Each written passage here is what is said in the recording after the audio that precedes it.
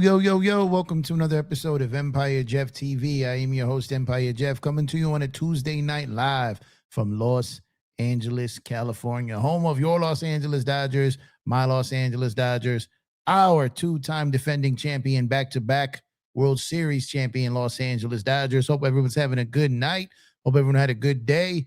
And now we are here to talk some Los Angeles Dodgers, some New York Mets, some New York Yankees, probably some Cubs, probably some Giants, probably some Diamondbacks, probably some Padres, probably a whole bunch of stuff tonight because it's a quiet day in the MLB on the surface. But the back channeling is going on, as it always does in the off season. And we're kind of in that weird little space between Thanksgiving and Christmas. Not a whole lot of things are going on right now that have risen to the surface, like I said, but there are all kinds of conversations going on behind the scenes. There are all kinds of proposals being exchanged. There are all kinds of frameworks being exchanged, conversations, meetings. And you've reached a point where a lot of these guys have met with teams in person already. And now they're, doing the follow-up Zoom calls and the follow-up number and money talk calls and meeting with their agents after the agent meets with the team independently of the player. And it's that kind of time of the season where the holidays are leading up and we're all just sitting back and waiting to see what is the next shoe to drop in the 2025 Major League Baseball off season. We're sitting back. How are these teams adjusting to the Dodgers winning back-to-back World Series titles? What are these teams doing to prepare for a potential three-peat won by the Dodgers? What are these teams doing? What are the Dodgers doing? And what are these players sitting back watching and looking? And you kind of have this situation where you've got it's like a triangle. You've got the Dodgers, you've got the rest of Major League Baseball, and then you got the players. And they're all kind of looking, where is this shifting? What is going on? What's going to happen? Where does Tucker go? What happens with Skubal? What are the Mets? What are the Yankees going to do? And who do the Dodgers land? Because the back channel talk is there's a lot of belief the Dodgers are still going to do something, quote unquote, big. Now, I'm not saying they're getting both Tucker and Skubal or getting either one of them. But the thought is, and the expectation and the belief from people that I've talked to, both around the Dodgers and just around the league in general. And the reason I put the Mets and the Yankees into the conversation tonight, because I spent a lot of time talking with a couple of people who kind of really keep an eye and an ear on the Northeast. And there's some interesting things and some interesting conversations because someone had seen my video last night. Someone I know saw the video last night and, shot me a message today and was talking about something I talked about last night. So I'm going to bring that back up again. So the Yankees and Mets are going to be a topic of conversation tonight because it does affect the Dodgers. It does relate to the Dodgers situation because one of the things that came up in a conversation tonight is a very interesting topic. And I'm going to touch on that in a little bit. If you guys haven't done so already, please drop a like on the video, subscribe to the channel if you have not done so already. We cover the Los Angeles Dodgers and Major League Baseball over here. Formerly used to cover the NBA and the Lakers. I don't know if I'm ever going back to that. I keep trying. The interest meter just doesn't seem to get there. But right now we're talking Dodgers, we're talking baseball, we're talking rumors, we're talking all kinds of things. So when it comes to the Dodgers, it seems like teams around the league believe that they are absolutely in play on Kyle Tucker. They believe that they are in play on Kyle Tucker. And the conversation I heard was, I asked someone is it going to be something like that Bregman deal? And they're like, yeah, it could absolutely be something like that Bregman deal. I go, could it be something else? And they're like, yeah, it could be something else. And I started, he goes, there's been other deals that the Dodgers have done for really high AAV, and it really didn't make sense for it to go past 1 year, but the insurances and the security was there for the player. And so immediately I knew who he was talking about, and I was comparing it to the Bauer deal, which pretty much guaranteed that Bauer would hit free agency after year one, barring him some type of major injury, and he protected himself with back-to-back years, I believe, of $20 million options. So you could see maybe you don't get the 4 to 5 year, $250 million offer with 50 per year. Maybe you don't get that. Maybe you get a crazy, ridiculous number in year one, and then you see that tail off year after year after year after year. So maybe it's not a $50 million per year for 4 years, maybe it's not that. It could be something obnoxious in the first year that tails off in year 2, 3, and 4, and still gets him a guaranteed sum of money if he were to get injured. But at the same time, for the Dodgers, it protects them with a big amount of money being paid upfront in year 1. And I also got a little pushback on them when I was talking about when they were talking about the Tarik Skubal and the trade and a potential Dodger extension, and how I'm kind of getting more and more like realistic every day, or realistically thinking that this could happen every day. Told you it started at a 10% in the winter meetings. I was about a 35% last night. And now I think I'm back to like 30. I think I'm rolling a little bit backwards on Tarik Skubal right now, as far as a trade being done without an extension, or an extension being a possibility. Now, any of this can change. This can change tonight. The Dodgers can make a trade tomorrow. I'm just saying, I'm starting to kind of go a little bit backwards here than I was last night. And this happens. I did this with Diaz too. I was like, no way. Then I was like, oh, maybe. Then I'm like, and then I was like, oh man, now I'm thinking day by day, we're going to get him. I haven't reached that conclusion yet with Skubal or Tucker, where I'm waking up every day feeling like way better and way better and way better about their chances, like I did with Ohtani, like I did with Yamamoto, like I did with Snell, like I did with Tanner Scott, like I eventually did with Edwin Díaz. I have not reached that level yet with either of Tarik Skubal or Kyle Tucker, but it's definitely more of where it was when the offseason started. So Tarik Skubal, I kind of got pushed back on because they brought up a very good point as we started kind of having some dialogue with this. And what I basically took away from this is that the Dodgers have a legit worry about the New York Mets and their ability to spend. The Dodgers have a legitimate worry about that. The New York Mets also see an opportunity to compete with the Dodgers financially. So here's the thing. Push comes to shove. We have yet to see the Dodgers and the Yankees, excuse me. When push comes to shove, we have yet to see the Dodgers and the Mets go book for book on a top tier free agent. And what I mean by book for book, I mean checkbook for checkbook for a top free agent. Because while the Dodgers kind of engaged Soto, they had no interest in topping $600 million, which essentially took them out of the mix rather quickly. So they have yet to go book for book with the Mets. And from what I understand, the Dodgers have a legitimate concern about trading for Skubal, and then the Mets being able to just bust out that checkbook and continue to just write until they get him, without having to get up the prospects. And the pressure would be all on the Dodgers to get that deal done, because what they would have to give up to get him as a rental. So the Mets are sitting back, and from what I'm understanding as of right now, they're not really in it from a trade perspective on Skubal. They're sitting back and waiting for him to get to market. Now, I don't know if Skubal or Boris has essentially told them, like, there's no way we're signing an extension anywhere. So you can pretty much do the same thing you did with Soto, wait it out. And if they wait it out and they have all their prospects and they're able to secure Skubal as a free agent, and then they can have all this offseason and next year, whatever, to put together the best possible package for a Paul Skeens, which we talked about last night. Now you could be looking at the Mets having Soto, having Lindor, assuming they keep him, and then being able to go out there and sign Skubal and then trade for Skeens. The Dodgers, on the flip side of that, are looking at this like, we will trade for Skubal, and we want to extend Skubal, and then still build up the farm system to go after and trade for Skeens. The Mets don't really have that option.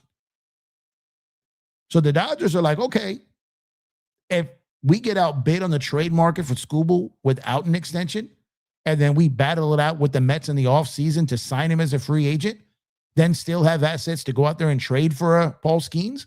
So this is the level of train of thought where these two teams are kind of playing chicken here with their checkbooks. And the Dodgers have a legitimate concern and are legitimately worried that the New York Mets will spend recklessly, because they don't necessarily spend smartly. They spend because they can. They don't always dump the money into the best fit, to the best player, to the best circumstance. There is a lot of people, a whole lot of people around Major League Baseball who absolutely believe that Juan Soto contract will be horrid within 5 years. Within 5 years, he will not be able to play any defense in the field at all, which he really can't anyways. But now you're going to pretty much box him in as a DH for 10 years. 10 years.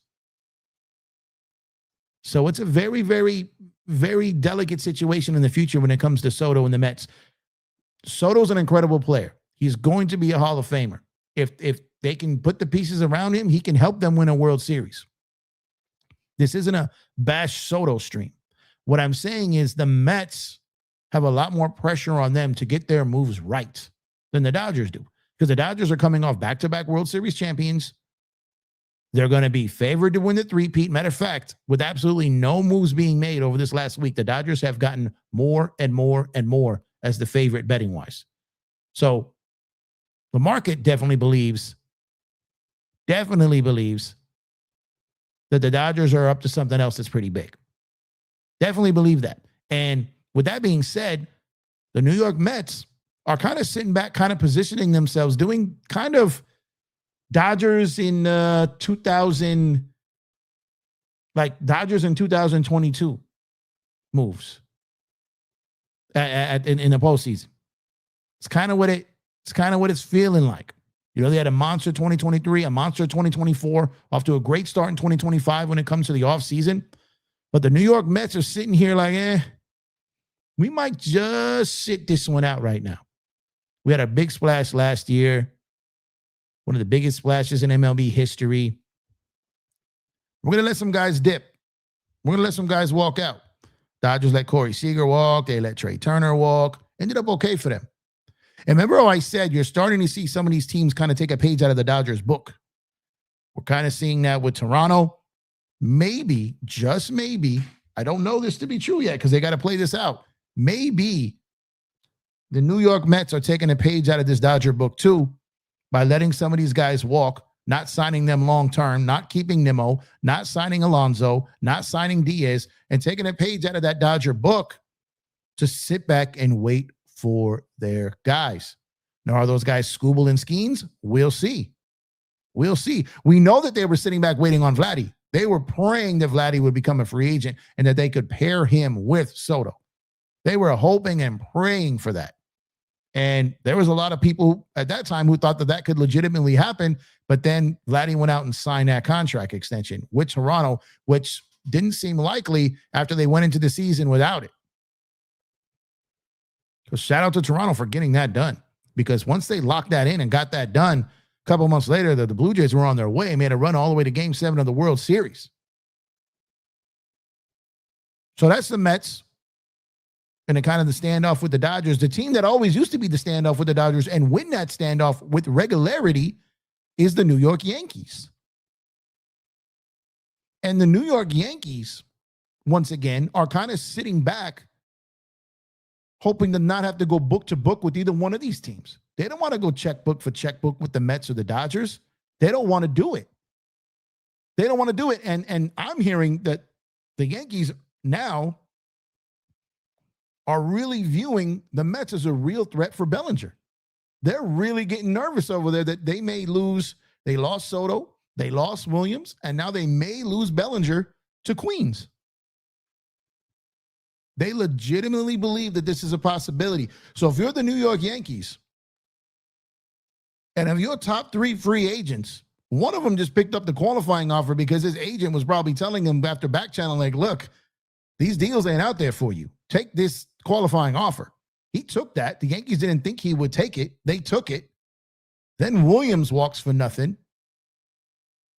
And there's a chance that Bellinger could walk for nothing and go to the Mets. I also heard that the Dodgers actually made somewhat of an offer to Bellinger, or at least an offer to get started in negotiations. Now, I'm told that offer was not one that they expected him to take off the rip, but enough to get a conversation going. So I have no idea if those conversations are still going, but I definitely heard that the Dodgers put in an offer for Bellinger to open the doors for conversation, in which I said that the Dodgers have a seat at the table with everybody. We talked about this last night. They have a seat at the table with everybody. So everybody, even if it's a guy that's probably 8th or 9th on their board, they've got a seat at the table with Boris. They got a seat at the table with the Tigers for Skubal. Boris is part of that. They got a seat at the table with Tucker. They got a seat at the table with Bichette. Seat at the table with Murakami. Seat at the table with Bellinger. Had a seat at the table with Williams and Díaz. And you know me, you know the mantra. The Dodgers will sit around and wait for teams to get stupid. They will sit around and wait for teams to get stupid. And as teams get stupid, the Dodgers get deeper. The Dodgers just show up with like this blue broom and dustpan and just start sweeping up players after the other teams just spill their mess everywhere. Just sweep them up. Sweep them up. Scoop them up. Get them. Let's go. And that seems to be what they're still doing, what they want to do. And it's going to be a very interesting couple of weeks here. Very interesting couple of weeks, but definitely hearing that the Dodgers are approaching this offseason with the thoughts in the back of the mind when it comes to Tarik Skubal, that if it hits the free agency, that they may not be able to get him. And there is a strong possibility that there will not be a trade with an extension. Because as I said, Boris, who likes to get the number one, the best deal in free agency history, almost every time he has a guy out there, wants to get that for Skubal. Now, my pushback, and this is what the guy hit me up on earlier today, my pushback was, why can't he be the guy that gets the biggest extension in MLB history? Why can't he be that? And he goes, well, true. But what if him signing that extension costs his guy $50 million? And you know me, I'm like, well, he's going to play $400 million and play for the Dodgers. He'll make that up in LA. He's like, well, it's not that simple. It's not that simple. Sometimes that matters to the player too, not just the agent. And again, Boris is a partner with his players, not just his agent. Like, they approach things very differently than your average agent and ball player do.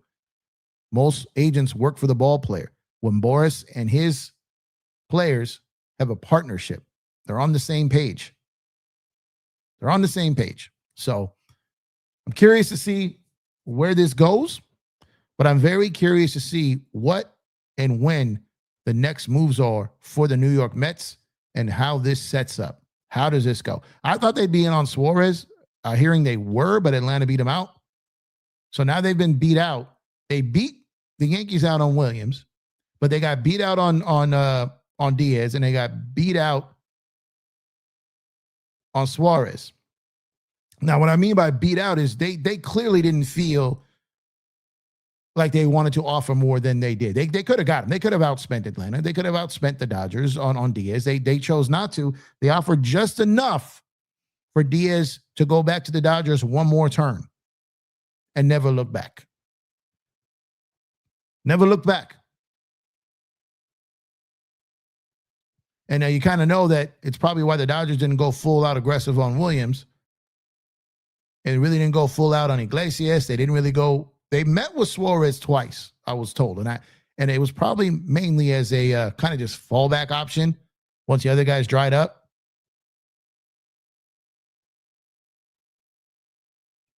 But I'm very interested to see what the Mets do next, because to see if that kind of tips their cap or tips their hand a little bit as to what their next move might potentially be. If they start getting linked to these Skubal talks via trade, that'd be very interesting. I don't think that's going to happen. But if he hits free agency, you're going to see a lot of teams in on it. And then you're going to see teams start to fall off as it gets in the 400 and up range. Probably 350 and up range. The Yankees probably fall off there. Some of the other teams. And the consensus is around the people that I've spoken to is that if this goes to free agency, it's going to come down to the Dodgers and the Mets. And like I said, the Dodgers and the Mets have yet to go book to book, book versus book for book in free agency over the same player. Because as far as we know, the Mets really aren't in on Tucker, unless It's just one of the greatest mysteries we've seen this offseason, one of the greatest secrets we've come across this offseason. We also, now maybe there could be a battle for Bellinger if the Dodgers get serious there, but I don't think the Dodgers are going to go book for book on Bellinger. I think there's a certain number they're like, nah. It'd be cool. It'd be nostalgic, but nah. Been there, done that, pass.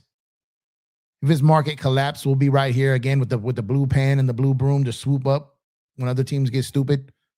We'll be here for that. But we're not getting into a bidding war for Cody Bellinger, and I don't think that they should. I don't think that they would. They could, but I don't think they should or that they would.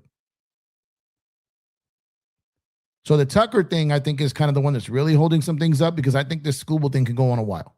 This is why I said when that report came out, I didn't buy it, because I did not believe in no way, shape, or form that this would go down at the winter meetings or could go down at the winter meetings. It made no sense. No sense. But this Tucker thing, if he ends up with the Blue Jays, that would probably be the safe bet right now. So I think it comes down to, unless there's a mystery team, which in MLB, there's always a damn mystery team. So if I had to guess right now, I would say 60% Toronto, 40% Dodgers. And that's probably being a little optimistic for the Dodgers right now. It's going to come down to, where does he really want to play and how much money is he willing to leave on the table to play where he wants to play. I also was told that don't count on, in the event of the unlikelihood of an extension for Skubal, do not expect Boris to be very willing with a very deep deferral. Doesn't mean they can't work something out. But if you're trying to overpay to secure an extension and you're getting to $400 million, I wouldn't think that the deferral is going to be all the way up there. Because if Boris is going to get that record extension, there probably will be deferrals, but probably not to the extent that the Dodgers would like. I think they'd still do it, though. They'd still do it. But we're going to have to wait and see. Shout out to everyone tuning in. I am Empire Jeff. This is EmpireJeffTV. We're talking to Dodgers. We're talking to Mets. We're talking to Yankees. MLB rumors for the 2025 offseason. If you have not done so already, please drop a like on the video. Subscribe to the channel if you have not done so already. Appreciate everyone who has done so. We had a pretty good show. Pretty good set of videos yesterday. A lot of good engagement. A lot of new people joining the team. A lot of new people joining the what we're building over here. So I definitely greatly appreciate that. But I'm curious to know what you guys think. Yeah, I feel like every day, maybe our minds can get swayed a little bit, right? We want to know when this is happening. We want this to happen now. To me, I'm fine. If this goes a few more weeks, even into January, because as long as he hasn't signed with someone else, he is still eligible to sign with the Los Angeles Dodgers, and being Tucker. And if he has not been traded anywhere else, being Skubal, then he has a chance to be still traded to the Los Angeles Dodgers. So let me go ahead and get this out the way real quick. For all your shopping needs, for all you late shoppers like me, I've started my shopping. I have not completed my shopping. So I definitely got to get and tap my own Fanatics links for this. But get all your MLB, NBA, NFL gear and more, including your Los Angeles Dodgers championship gear.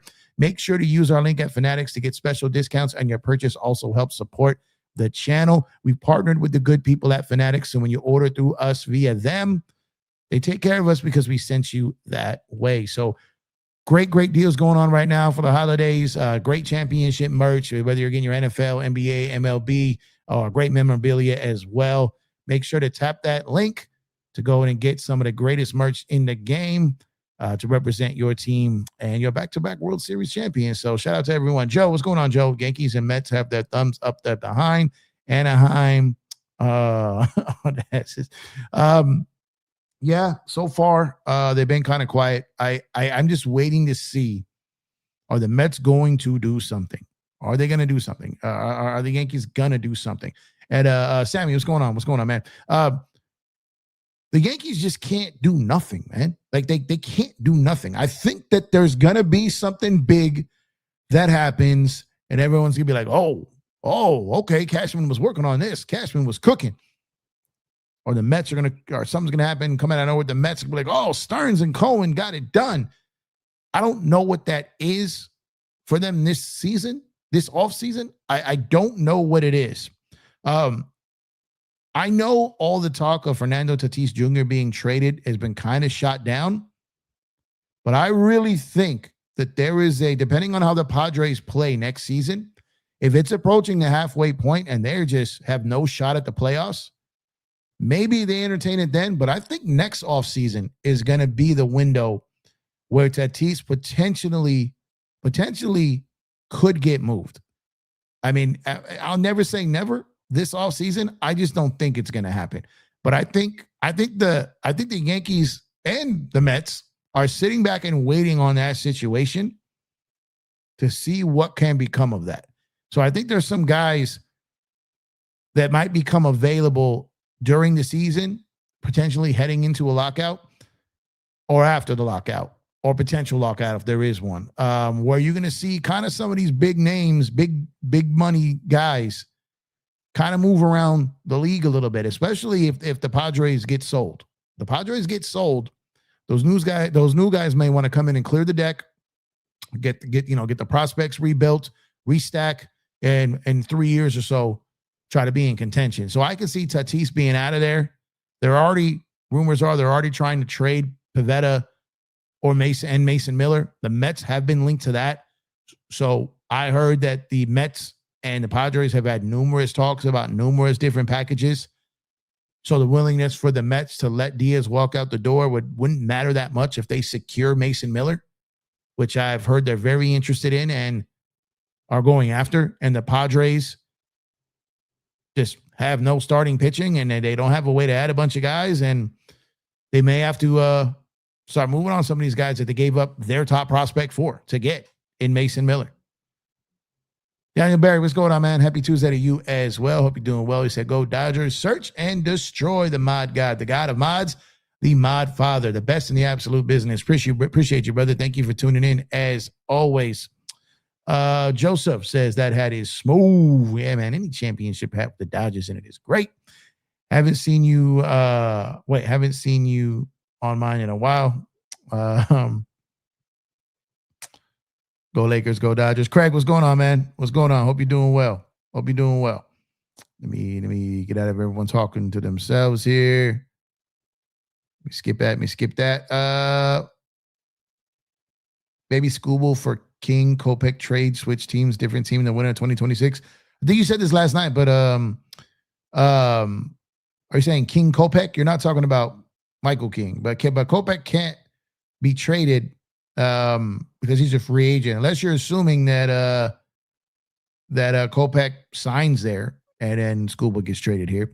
Cuba, what's going on, my guy? Go Dodgers, OKC, Eagles, Florida, Panthers, Ohio State.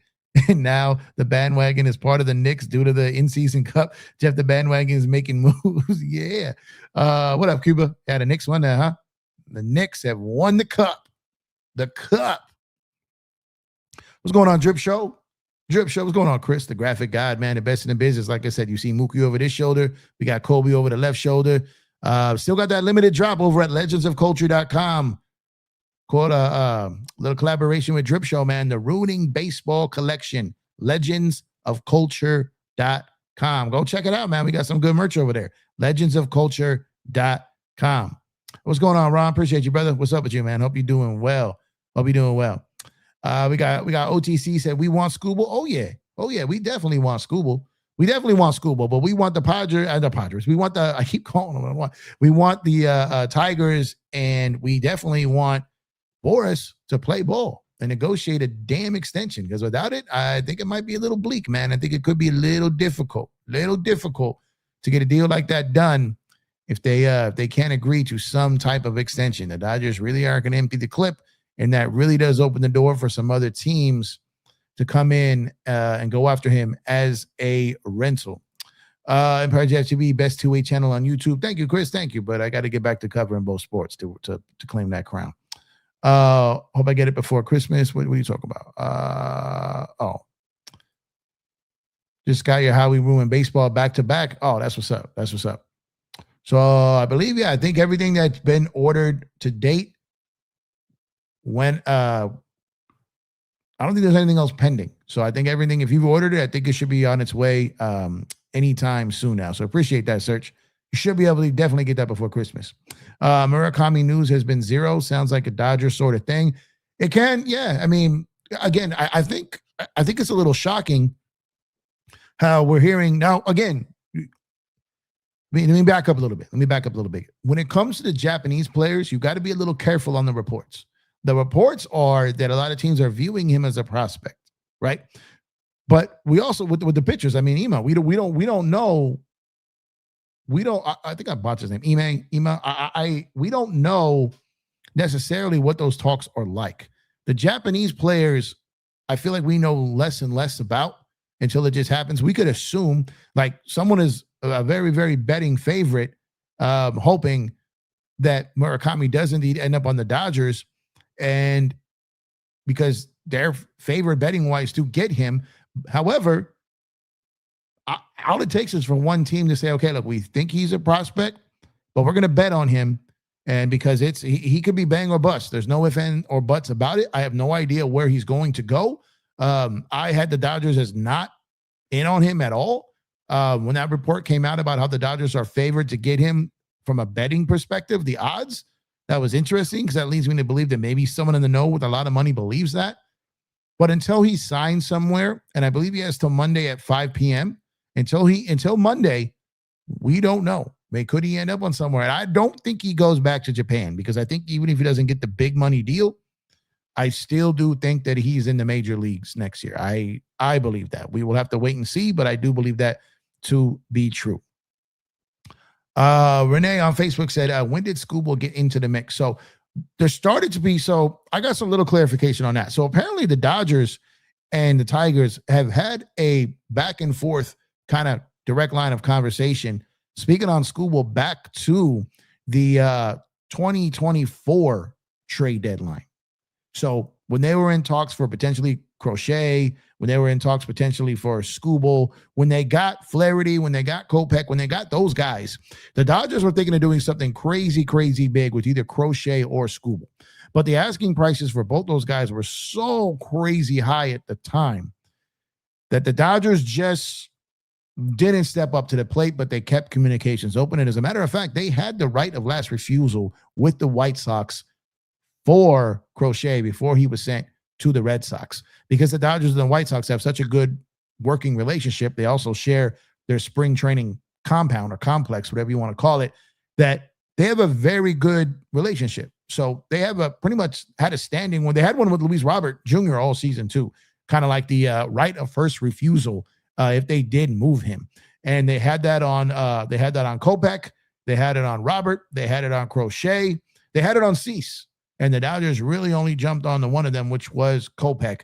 But from what I'm understanding, that they kind of have been talking on Skubal with the Tigers for a couple of years. So when that started coming up around the winter meetings, the reason I was calling BS on it, not the person saying, and I want to be clear about that, what I was calling BS on was the timing. I did not think any way, shape, or form that deal was going to go down with an extension during the winter meetings. Made absolutely no sense to me, and it didn't happen. Now, he didn't just come out of nowhere. Someone throwing it out there that the Dodgers are in on Skubal or trying to get Skubal. That is not new. That's not new news. That's not breaking news. That's been for years. And I think the Dodgers are probably entering that space where they are at their most serious right now when it comes to discussing a trade for Tarik Skubal. I think they are at their most serious point. And with that being said, I think as conversations progress, as the days, weeks, month go by, that level of seriousness will only increase. And if you're the Tigers and Scott Boras, that bodes well for you.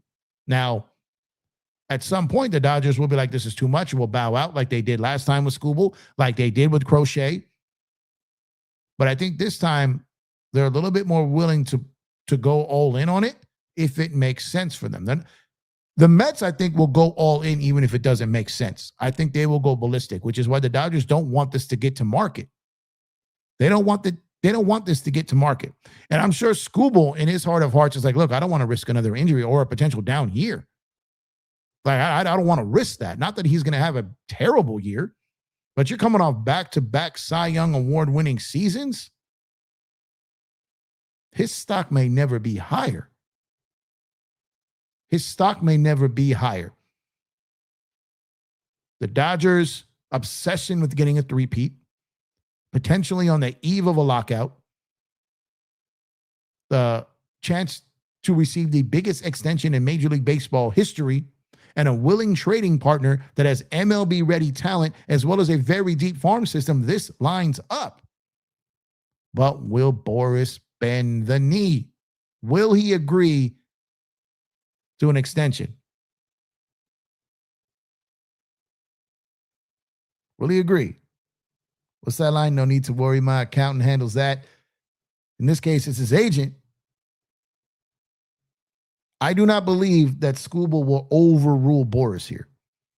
I don't believe that. If Boras bends the knee and says, hey, as your agent, as your partner, I recommend the extension now because this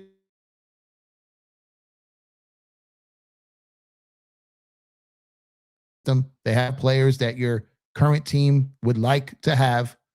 They have the money to give you the extension that you would like to have.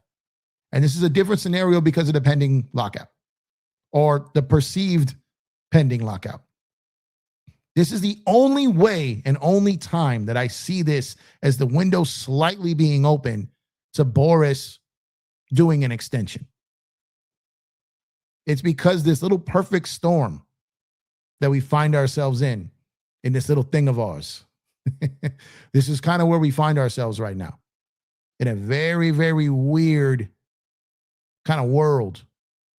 Kind of just drifted off into another dimension here where we could talk about Boras and an extension. I still don't think the odds are in the Dodger favor that happens, but it's not at a 0. And I think it's above 30% right now. But there's a lot of things in play that can tip the scale the Dodgers' way when it comes to an extension that Boras hasn't really had to consider these elements in the past.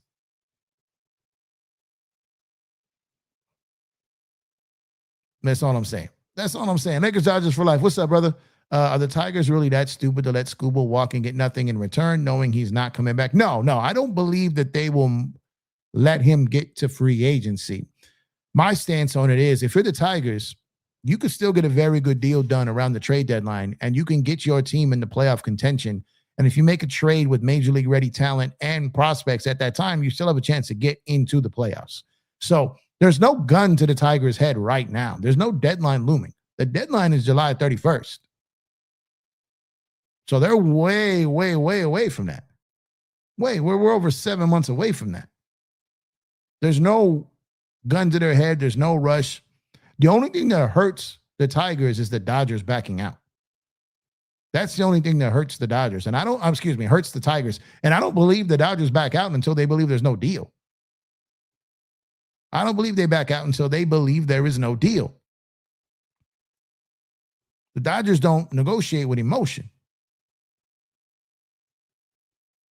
If they move on, they move on, but they're not moving on until they just feel that it's not worth it, or they feel the Tigers aren't negotiating in good faith. That's the only way that happens. That's the only way that happens. Hepatitis C later. What's going on? Seager is a guy that the Yankees should jump on. I agree. Selfishly, I want the Dodgers to at least stick their beak in the Seager combo. I agree with both those points. I agree. I had said last year that of all the guys that we had talked about, let's bring them home. Let's go. Let's go. Get the band back together. My guy has always been Seager. Always. Can move him to third. Lefty bat. World Series hero for the Dodgers. That's always been my guy. And when you look at the money you'd be giving him versus Bellinger, it's comparable. And I trust Seager more than I trust Bellinger. So if they're in on Bellinger, I will go Seager in a hot second. Hot second. Especially if Texas is really to kind of nibble on some of that feria. If they're willing to eat a couple of those ducats, take some of that cash off the top, just a little off the top, then I'm all for that. I love Seager, and I still think he can have major moments. Major moments. Guy can play short, he can play third, he could probably play first. And if the event that Freddie, gets injured. So yeah, I agree with both those. And I also don't understand how the Yankees are not going full court press on him. I have no idea why he's not a Yankee already. I have no idea why. Now, if Bregman dips on Boston, maybe that opens up something there. If the Cubs can't get Bregman, maybe that opens something there. Vientos in New York can maybe go to first. Something there. I think Seager's in play for a lot of teams in the Northeast. And I don't know how he's not there already, to be honest. I have no idea how he's not there already, but I totally agree with you on that. Become one with the bandwagons. He's talking to Serge. Skubal is the type of guy you turn your offseason plans for, but honestly speaking, our main concern coming into the offseason was offense, our outfield, especially with River, Ryan, Stone, Hurt coming back. I agree. Like, we're on the same page today. We're on the same page. Well, I mean, you usually bring good points. You usually bring good, measured, thought out, points. So I appreciate that. I think that's all spot on. I really think it is. Go says, year 3 of the Ohtani era in LA. I predicted these 3 parts finally come together and dominate: offense, starting pitching, and bullpen. That's a good take. I talked on this before too. I go, we had the year with the bullpen. We had the year of the starting pitcher. And could this be the holy trinity where everything just goes ballistic and they dominate on the way to the three-peat? And I've also said that I can see year 3 being way better than year 2, when I always thought the year 2 was going to be massive. Then it ended up being the year to get them. Like, that was the year to get them. If you were going to get the Dodgers, it was last year. It was last year, and they still didn't got. Cantada couldn't get it done. Oh, Cantada couldn't get it done. They had him, and they let him off the hook. What's that from?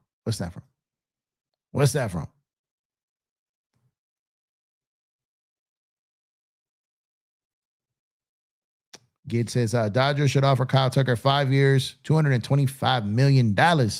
I think that they will be somewhere in the range of that, 4 to 5 years ish, in that range of things. Young says, getting Skubal is almost guaranteed to win World Series with rotation along with Yama, Snell, Ohtani in a 4-7 game. Yeah, I agree. Depends on what the Jays and Mets are going for. Mr. Classic, I agree with you. Bring us Bo or King Tuck, Showtime LA. What's going on, Showtime LA? Yeah, I think the Bo Bichette one is interesting to me. Like I said, it doesn't come without challenges. But I know the Dodgers really like him. The Dodgers like him. And if they've been linked to him for a while, and he's one of those guys that when the Dodgers get linked to a guy for a while, they're kind of linked, and eventually happens. Bo Bichette is that guy right now.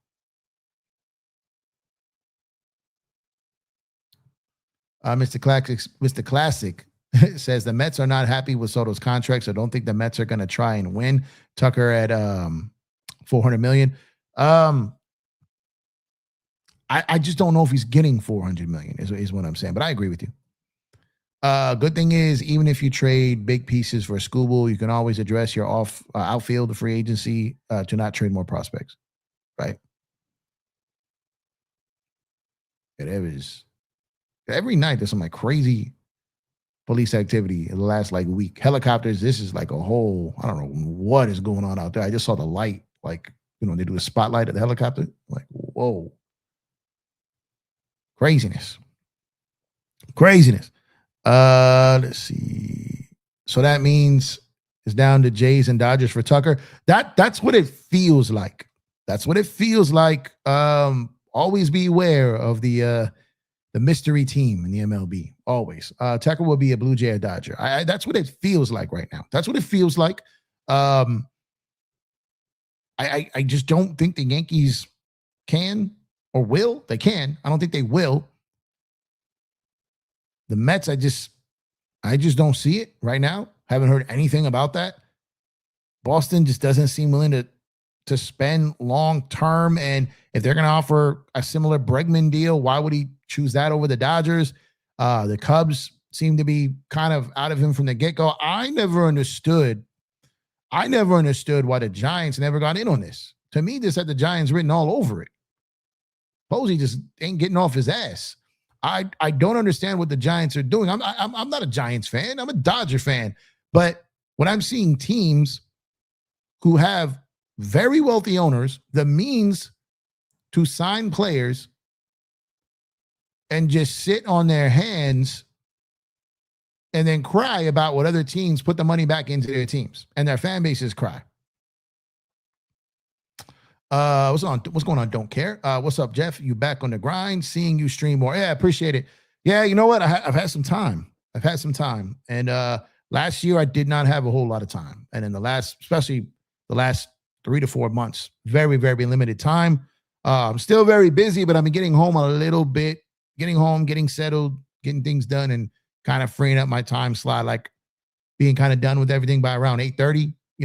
Before it was like 10, 10:30, 11. I wasn't about to start a stream then, get up early as hell the next day. So it's been nice to kind of get home, get things settled, look at the family time, handle the career responsibilities, handle the husband responsibilities, then be able to have some me time and we time over here and do some streams. So I appreciate that. Hopefully this little break here from all the craziness that has been my life in 2025. Hopefully we're turning a corner. And if that's the case, then I would expect to see a whole lot of this big old head on your screen. And as I want to, and I wanted to do this in 2025, but something bigger than me had other plans. And I really want 2026 to be the year I just do it. I go after it. And I've purchased more equipment. I've invested in myself on this. I've invested in this grind. I'm locked in on this. I really want to. My thing has never been about wanting to do it or the love to do it. My thing has always just been my scheduling, my availability, and my priorities and things I had going on in my life. And now that I've kind of set myself up for a stronger 2026 in this realm, I would expect and hope that I'll be able to deliver on that. And hopefully, we continue to grow and you guys still rock with me and stay with me through all this. And I really do appreciate y'all sticking with me, being so unreliable from a streaming standpoint. I still give you clips. I still give you videos. I'm staying on my grind still. It's just the streaming has been a challenge. So I appreciate that. I appreciate you pointing that out. And I'm really trying to get back to that. So thank you. Don't care. I appreciate that. Mr. Classic said, it's been a while since we've heard Tucker was at the Jays facility. That's bad for the Jays. Well, so that's what I talked about. So when I specifically said that teams are speaking with agents or agents and players via Zoom to talk numbers, that's one of the guys I was talking about.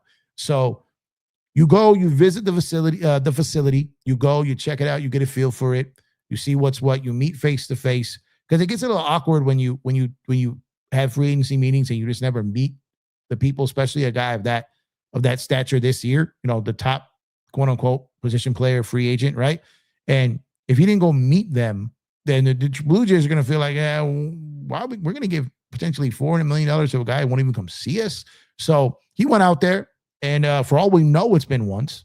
But I've been told there has been numerous talks via Zoom or whatever platform they do for digital meeting, numerous times. And that's not uncommon. You go, you make the visit, you do the face-to-face, you do the introduction, you meet everybody, and then you check in every 1 to 2 weeks, like we are doing right now, and you continue the conversation. So it's not very abnormal because talks are ongoing. Mr. Class is pretty much down to the Dodgers. The bandwagon says, can Jeff answer the question, how come Clayton Kershaw isn't credited with 3 World Series wins? It says he only has 2, but was on the team during the Dodgers' 3 World Series wins during his tenure. Well, he wasn't on the roster. He wasn't on the roster in 2024 due to injury, but he was on the team, so he got a ring. And 2020 he pitched, in 2025 he pitched. So I'm not sure where you're getting that from, because from everything that I know, he is credited with 3 World Series titles. From everything that I've seen, he's even said he's a 3-time World Series champion. The Dodgers announced him as that. Lucky, what are you doing? What are you doing, Lucky? Lucky's over here breakdancing. But from everything that I've seen and heard from both the Dodgers, Kershaw, he is credited as far as, unless I'm tripping. He's credited with all of them. There'd be no reason why he isn't. Was that good? Says trade Emmett, Robleski, Hope, Rushing, Freeland, and Bobby Miller for Skubal. Look, it's not about, for me, I think the Dodgers have what it takes to get a deal done. Absolutely. I just don't think they offer a massive package without an extension. Joe says Kershaw is credited with 3 titles. Did you read that? Yeah, that's what I'm thinking. That's what I know. Unless some team can come out and give Tucker $400 million, which is probably doubtful. Tucker is a Dodger. I won't. Oh man, something is going down. Multiple sirens, multiple helicopters. I thought I heard shots, but oh man. What was I saying? Don't underestimate the desperation of the Blue Jays. I believe they overpaid for Cease.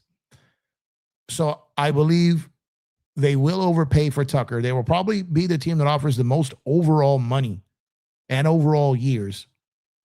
I believe they would overpay for Bichette if they miss out on Tucker. So there is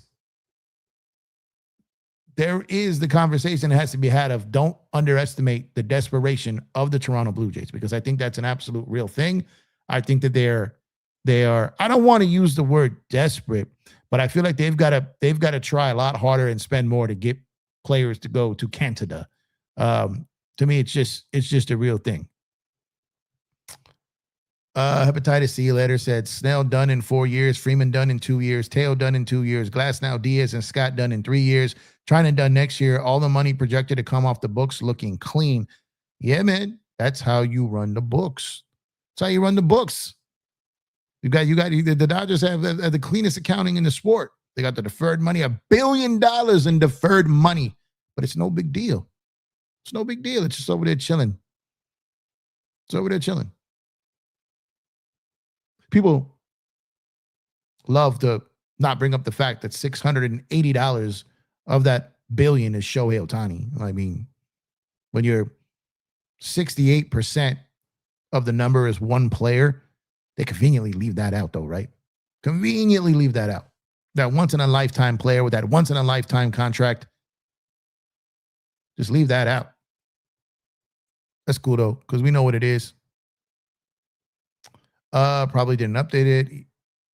ESPN still hadn't updated the yearly title winners the day I checked. Oh yeah, so yeah, Kershaw is credited with 3 World Series championships. 3 World Series championships. I don't know why wherever you're looking at hasn't updated it. Now, when you say 2 World Series wins, is that game wins or are you talking about championship titles? Because Kershaw has 3 titles. Seager doesn't want to be in LA. Why don't y'all stop asking for Seager? Well, first of all, Philip, I'm not asking for Seager. I got asked a question, and it's been rumored that he is. And it wasn't about Seager didn't want to be in LA. The Dodgers didn't make him an offer. The Dodgers didn't really go crazy after him. They, again, started conversations, kind of talked. He didn't really get back because he sensed that the Dodgers really weren't. They had already traded for Turner. The writing was on the wall. They were kind of already letting it be known that year that Seager was gone, that they didn't offer him an extension. They didn't really go hard after him in free agency. So it's not that he didn't want to be in LA. He said, I loved it here. I grew up here. The Dodgers just weren't going to pay what Texas paid. And now Texas is trying to dump that contract. And he always speaks highly of his time in LA. And I think that if given the opportunity to come back to LA, if he's traded from Texas, I think he would embrace that, no doubt. But I don't necessarily think it's going to happen, but I definitely think it's a possibility and I think he would definitely do it. Is it Danny Green? What are you talking about? Young says with Skubal in the rotation, Glasnow will not even be a rotation guy who may well be an ace on any other team. That's just ridiculous. Yeah.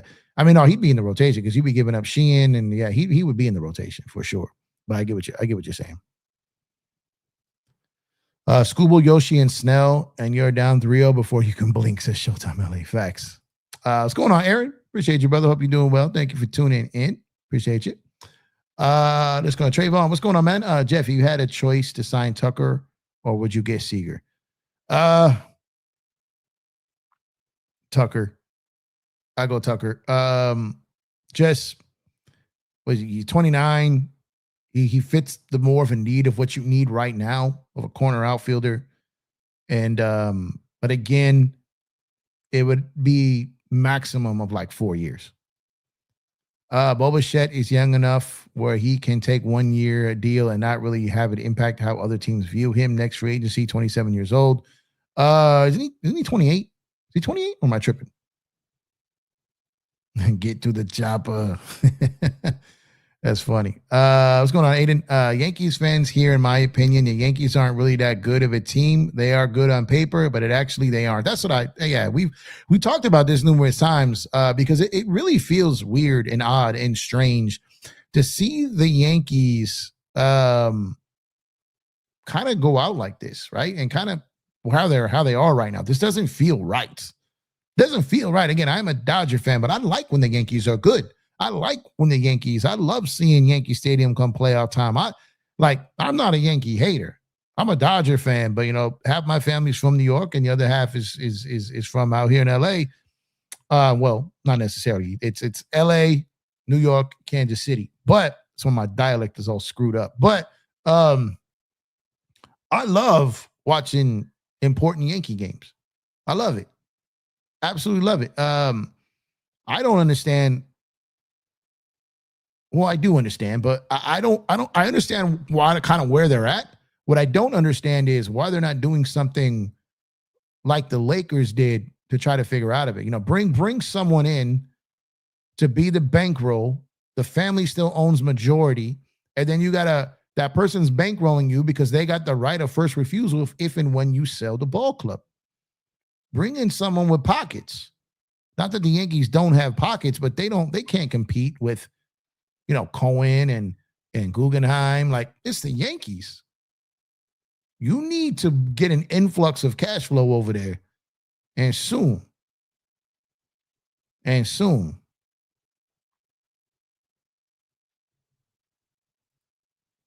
Gonna have to offer 5 years for Bo, in my opinion. That I do agree with, though. I don't think he takes 1 year, though.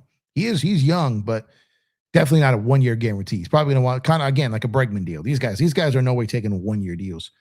Seager always injured. He's feast or famine. He's not always going to show up hot in the World Series. I get it, but he did. But he's 2 for 2 in the World Series. He's 2 for 2 in the World Series. I have Bellinger to Dodgers, Tucker to Blue Jays. The Yankees are getting nervous about the Mets when it comes to Bellinger. And I'm getting nervous for the Dodgers when it comes to Bellinger because I'm worried that he's going to get here and just be terrible. I don't want that. I'm just afraid of that. So I want to be clear. I'm afraid of that happening. That Soto contract going to turn into the worst one in history. Ohtani contract already paid off, 2 titles counting. Yeah, that Ohtani contract literally paid off. Both financially is already paid off and winning is already paid off. So it's nothing but facts there. It is a steal. I'm just saying we ain't going to be able to get him for 1 year. Oh, yeah. No, I hear you. I agree. If Dodgers sign Belly, I will be happy. Everyone really, really wants to go down the nostalgic path, huh? What's going to happen if this guy's batting 197 and defense starts declining? Oh, no. Bichette had a knee injury, though. I'm not betting on him being 100% healthy next season. or the next. What's going on, John Cooper? Still looking over the Bichette signing elsewhere. The guy needs to sign with whoever he ends up with and get in the system already. Baseball's a machine, not plug and play. Yeah, no, I agree with you. Baseball is definitely not plug and play. And like I said, Bichette to the Dodgers does not come without some challenges. But we'll see. Bellinger's ship has sailed. Dodgers can't afford for him to slump again. Yeah, that's what I'm saying. Who would be better in center field, Pages or a healthy Tommy? Different. It's crazy to say that Pages doesn't cover the ground because we saw that catch he made in the World Series, but that ball was in the air for a while. Tommy has more range. Pages has a stronger arm. They bring different things to the table. Neither one of them are an everyday center fielder. I'll say that. Pages probably would be his peak would be in right field. But if I had my choice of who would be my everyday center fielder as currently constructed, for me, it would be Pages. I don't want Tommy Edman in center field all season. He'll get some go in center field, but he's not going to be the everyday guy. I don't think he should be. Joe says, Pages. Mets confusing everyone. Don't pay Alonso, but pay Polanco, even though he is a second baseman, and you just traded Nimmo for Simeon, a declining player, and now have a hole in their outfield. Yeah. So Polanco was an interesting one. He had a very good year last year, a down year the year before that. And it looks like what they have done, and Simeon moved to shore up that defense, which had been pretty bad. Their bullpen and their defense seem to be something they were locked in on. And if they get Mason Miller, it's a big if. If they get Mason Miller, they get Simeon for defense. Looks like they're trying to kind of clog up those defensive mishaps. Like I said, I don't think we'll truly know what their big plan is until they reveal it. But they're up to something. The Mets, the Yankees, I think are going to do something that people are saying, oh, man, okay. I think the Yankees are going to pull off something. I think they're going to pull off something, and it's going to hit like a storm. I just don't know what that is. And I think the Mets are going to do something that hits like a storm. I just don't know what it is. I don't think the Mets are punting or the Yankees are punting. They just haven't done it yet. And that's what I feel. Soto's contract is still not going to age well. I agree, Amber. I agree. Tommy is best at second. He's best at second, but he's best at utility. His flexibility is what makes him special. Both in the lineup and on the field. If Jay signed Tucker, Dodgers will have a better chance to sign Bo. I agree. Amber said Sasaki and Yamamoto had been visiting a lot of facilities before. You said a lot of facilities. Let's see. Mets are having their own version of the Yankees 2021 through 22 offseason where they got Donaldson and IKF. I agree right now, but I'm serious. I don't believe they're done. I still think they're gonna do something. Kershaw is 3-time World Series champion, has 3 wings. Yep.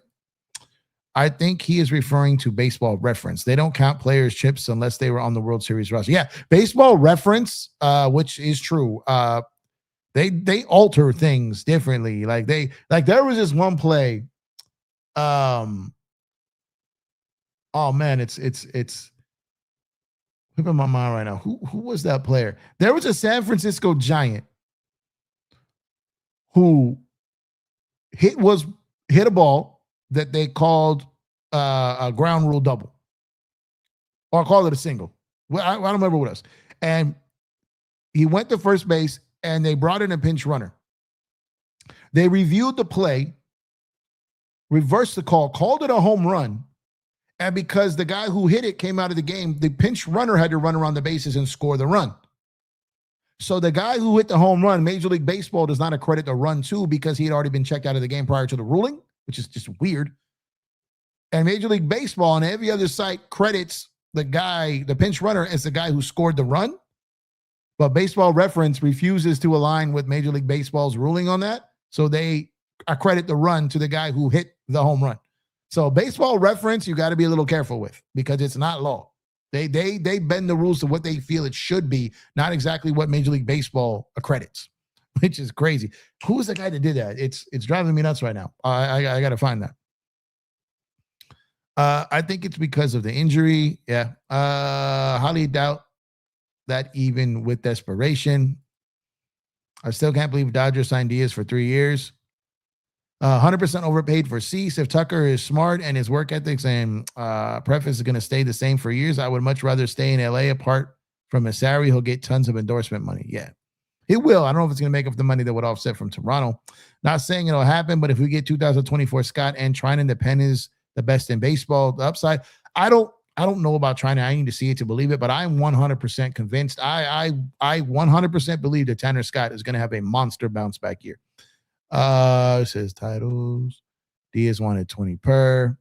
Dodgers looking for a shortstop in second is not where I see them putting money at. It's center field where they need someone.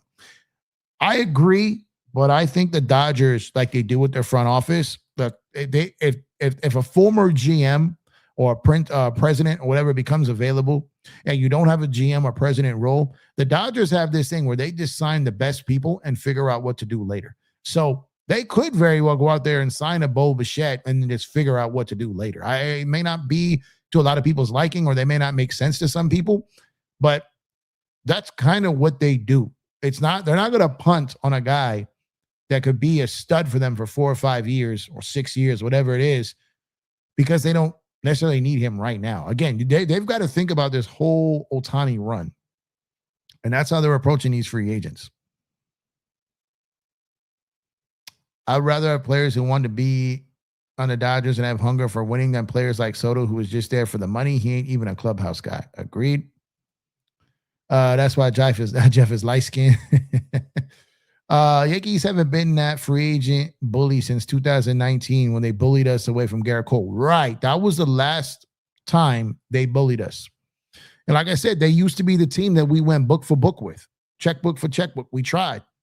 They sunned us numerous times. But that sunning ended in 2019. You're absolutely right. And we sunned them with Yamamoto. We sunned them so bad with that, they didn't even get, like, we sunned them so bad twice that year because they didn't even get into the offering for Shohei. They didn't even attempt it. And then we sunned them with Yamamoto. Sunned them. 77 watching, 24 likes, please like the. Come on now. Hold on. Let's get some likes dropped on the video. Subscribe to the channel if you have not done so already. And you're putting in this work. The least you could do is subscribe to the channel and drop a like on the video. We would greatly appreciate it. Let's get these likes going, man. Come on now. Drop a like on the video. Amber says, low-key, I watch Mets and Yankees games. It is frustrating to see the Yankees blunder every year. It's frustrating, definitely for Yankee fans. For me, the sport is better when the Yankees are good, if not great. I'd much rather see the Yankees good and great than the Mets. I think when the Dodgers, the Mets, like, the Red Sox, when you got those rivalry teams really going at it, I think it's just a better game.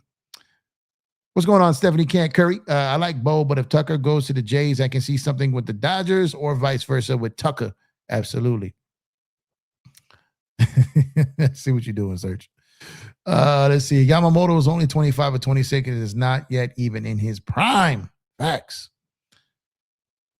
Andy Paez is an elite center fielder defensively. His metrics are elite. I understand that early on in the season, Paez looked bad in center field, but we can all agree he no longer is bad in center field as time passed. I think that there were plays in the playoffs that he misread. I think that there are plays in the playoffs that if you had like a surefire center fielder there, like if it was Byron Buxton, if there was a guy that was out there in center field, that they would get that ball where Paez missed it. But I believe that it was a little bit unfair to hold him to the standard of an everyday center fielder when he kind of got thrown into that.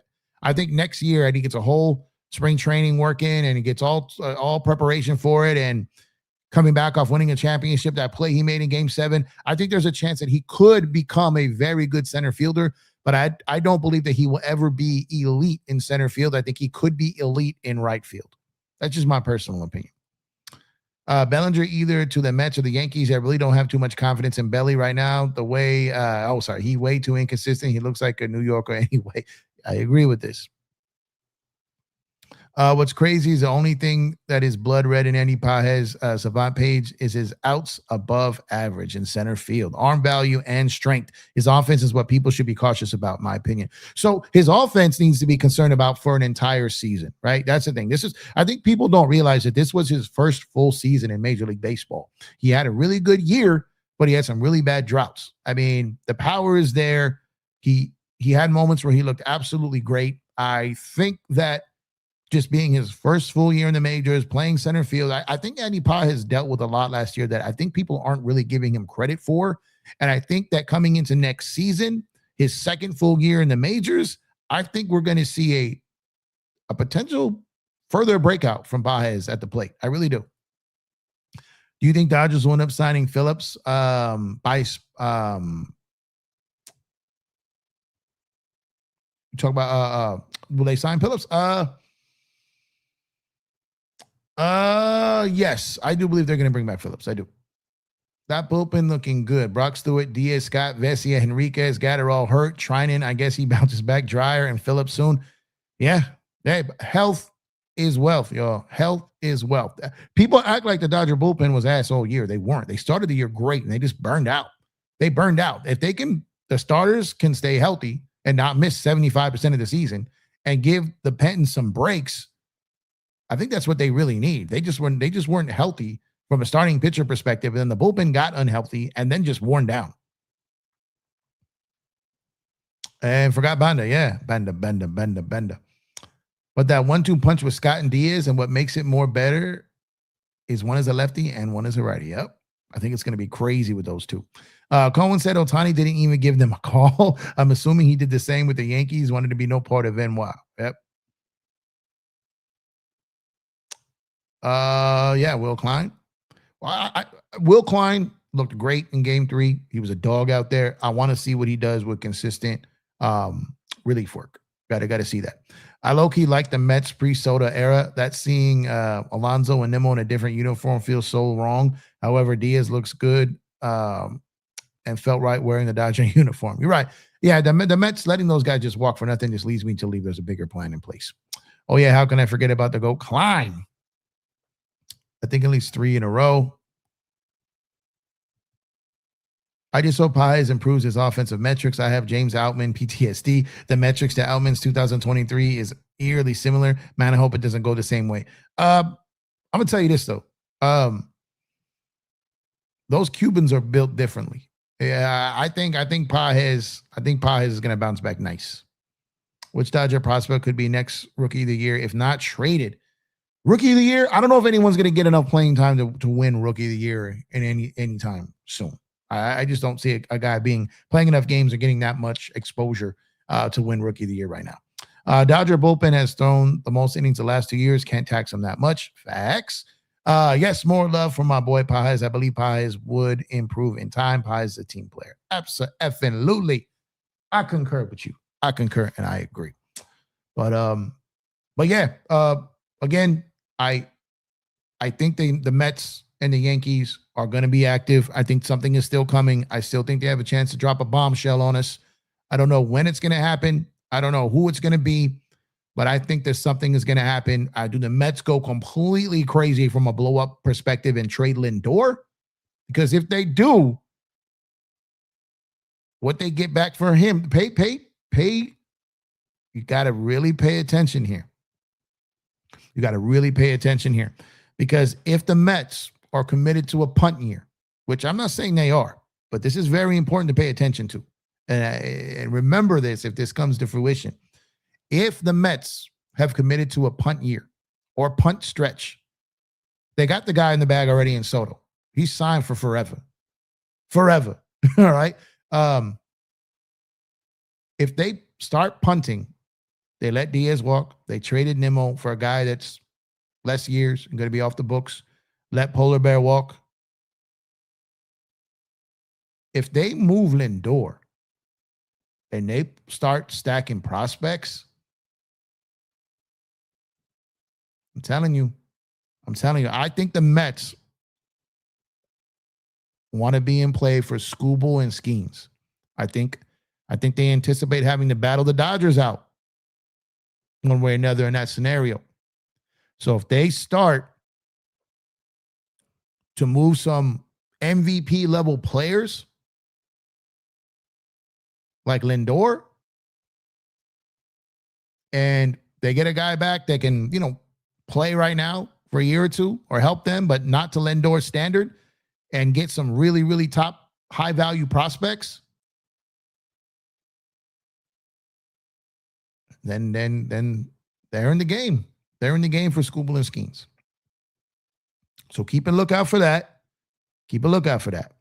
Because if they go that path, if Lindor gets moved and no star comes back and they get like prospect rich off of it, those prospects, majority of them will probably never wear a New York Mets uniform. Or if they do, it'll be for maybe a year or two.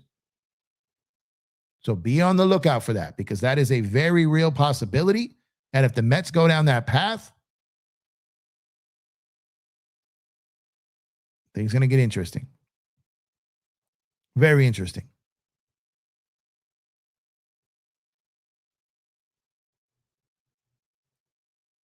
Paz wasn't running 30% K rates like Outman, especially early in the season. Technically, Ryan Ward could be Rookie of the Year. Technically, yeah, great comments. Appreciate y'all. I would like to see Rushing get a chance, Bubbo. I think he's going to play multiple spots. Catcher first, some left field, maybe some right field. I think he's going to get some chances. 6 more days until Murakami signs with the team. Yep. Mets are going nowhere. Not right now, but I definitely believe they're doing something. Skubal isn't signing an extension with the Mets. He's a Boris client, man. If they go typically to what they do, it's going to be to the highest bidder. Mets would be so ignorant to trade for Skubal because he isn't signing an extension. Not saying he's signing an extension, but when he becomes a free agent, the Mets could offer him more than anyone else. The Dodgers can't have Tucker. I would rather see Tucker in Mets more than the Jays. He looks like he can go toe-to-toe with Soto. Yeah. I just haven't heard anything about the Mets being heavily invested in that, but it doesn't mean that they aren't. Does not mean that they aren't. Just means I haven't heard that they've been heavily in on it. So, we'll see on that. So we'll see how things go. I'll probably be back up here tomorrow night. I'm going to try to keep this going and kind of stay on this. Let me get to this last comment before we get out of here. Do you think Freddie Freeman will resign with us? Will he retire? I think it depends how the next 2 years go. But I've asked that a couple of times. From what I've heard don't be surprised if Freddie's not done playing when his contract is over. And I do think that the Dodgers want him to retire a Dodger. I think so. So we'll see how that goes. So appreciate y'all. Thank you guys for tuning in. Drop a like on the video on your way out. Subscribe to the channel if you have not done so already. Probably catch you guys tonight. If you're watching the replay, let me know what you think in the comment section. Search you the best in the game. I love you, brother. Appreciate you. I will catch you guys on the next one. And y'all have a great night. Have a great Wednesday. And I'm out of here, y'all. I'm going to go walk Lucky. Y'all have a good one, man. Peace.